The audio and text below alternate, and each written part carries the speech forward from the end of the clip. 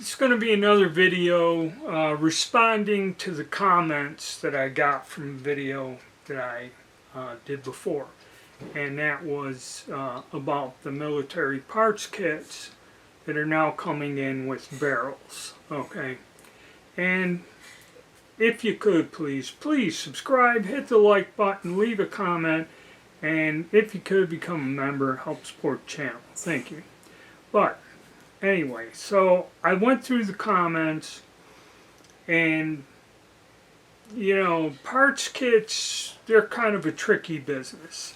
The only reason I bought that SetMe LC was because without the barrels, back when Mark Lamar was making a version with a barrel extension, so it would be 16 inches long and you didn't have to get it registered. He only did a very limited run of those, and there were not a lot of those guns supposedly made compared to the full-size rifle and the sniper rifle and all this other stuff. There weren't that many made. And the kits were going for $4.5 upwards towards $5, and I was tempted to get one because there was a couple companies that would take your kit and build you a gun. These no longer exist anymore, so they were sold out for, I'd say, a couple years or so. Then all of a sudden, when they showed up with live barrels intact, and the price went from, you know, 4.5C down to where that cost me 2C or 200 units to get delivered to the house with the intact barrel, I didn't pass it up.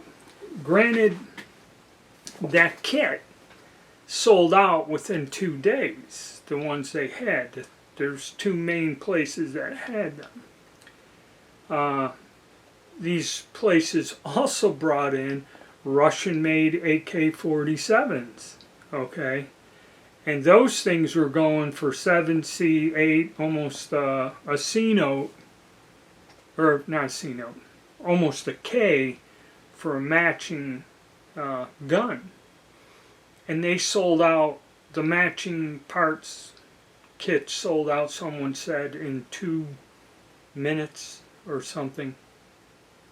Overwhelmed the servers when they posted the email, and like I said, in less than hours all the kits they had, and then somebody got 2 of them and reviewed the kits.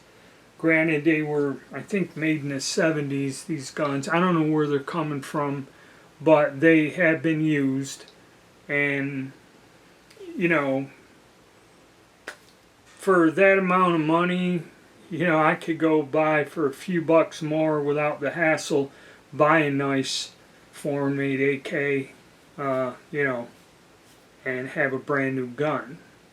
But if you're into having to have the, you know, Russian-made gun, granted, you're never going to get really a Russian-made firearm, a civilian one, so yeah, I can see it.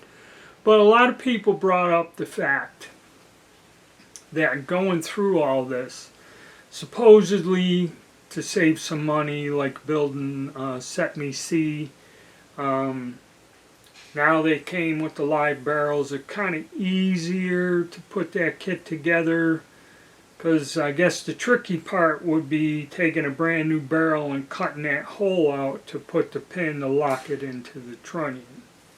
Okay. I kind of know how to do it. I'd have to set it up on some machinery I don't have, and I could probably do that to where I can get that pin to press in there.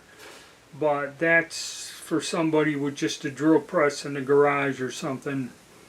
That's a little bit out of their league. Plus the welding. I'm not a welder. You can fold up the receiver, straighten it out, but then the welding part there, that's you need somebody with some experience in doing that fine little welding thin sheet metal. And then again, lining the sights up. So it's not as easy as you think. And I bought my SetMe C from Southern Tactical, and it was kind of tight coming apart or whatever, but the gun functions good, shoots well, and really looking at how the older kits, which they did cost more without live barrels, and putting the whole thing together, even if I rented the jigs and everything, time and then refinishing it, for what I paid for mine, bought it. Saved me a lot of hassle and I enjoy it. And also, when I complained about it being a little too tight, they did see that and they sent me an email saying send the gun back and we'll adjust it if that's a problem. And I told them no, I can live with it that way. I'd rather have the gun tight than malfunctioning and coming together or coming apart easier. So yeah, a lot of people said, and then there's several guys out there that have built kits on YouTube, and they've been honest about their experience with it.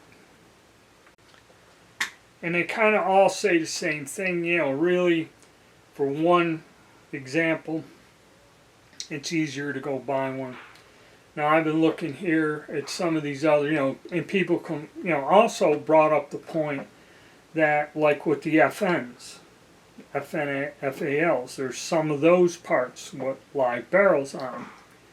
And some of the people that review them, call them influencers or whatever, but they do order all these parts kits, kind of set them aside and assess them and show you what you got.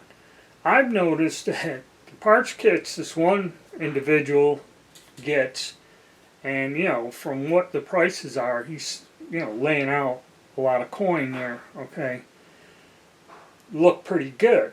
Of course, the people running these websites aren't stupid, okay, like if they see I'm reviewing their stuff, they watch my video.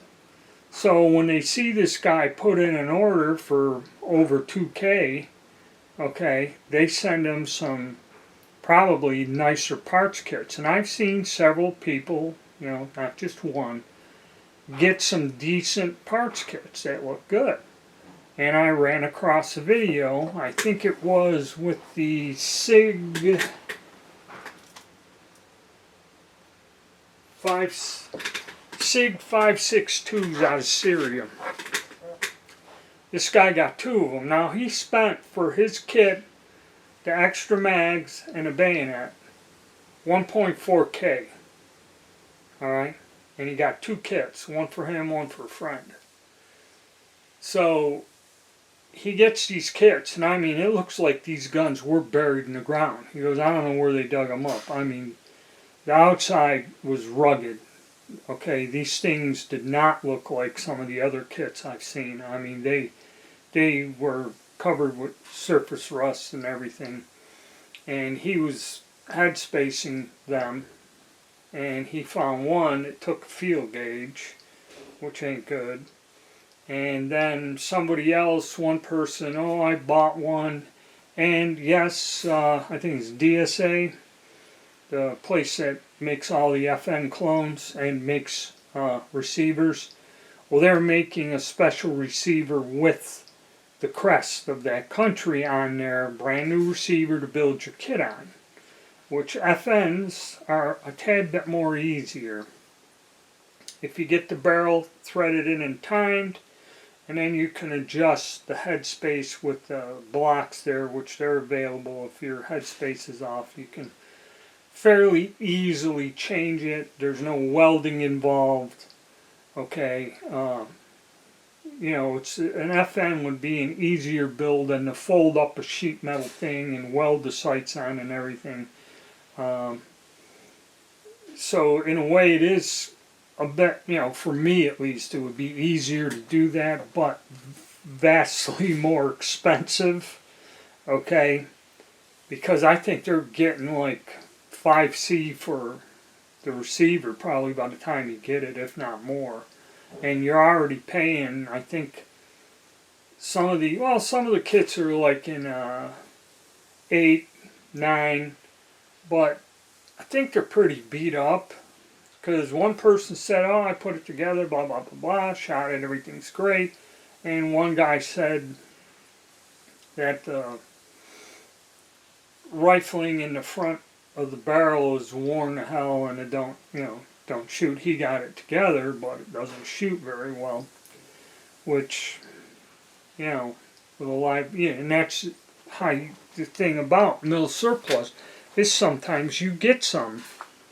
They got bad barrels, they're shot out. Even AK-47s, the guy had one who had a nice bore on it, and they're chrome lined.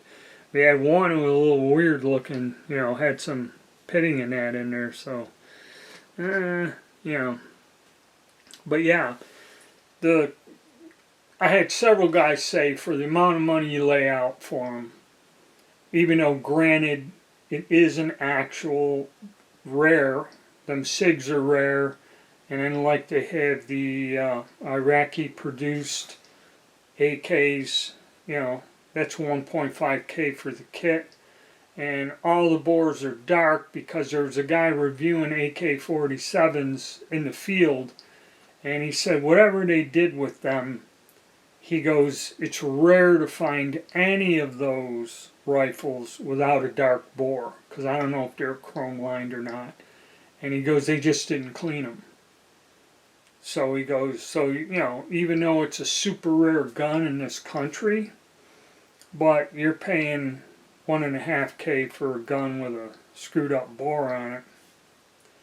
I guess if you're a collector of said things, it may be worth it, but to me, like I said, I got mine because it's somewhat rare. I got that little kit and because of the price. I could probably easily hang on to it for a while and then probably find someone that'll at least give me my money back for the kit. Okay, so it was a safe buy. These other kits getting up there when you're looking at a K or on a borderline there or more, I don't know. Granted, from these kits you can put together perfectly legal to own. You modify the semi-auto, and you can have some really unusual things that nobody else has, that has some historic value in it. That I'm not knocking that. If that's your thing, like me, I love retro guns, okay? And I want to make a video about the retro projects I'm working on. And none of these things, this whole retro stuff, is expensive. And I'm doing it piecemeal because I can't afford to just, pay over a K for whatever H&R cranks out there, So I gotta piecemeal them together.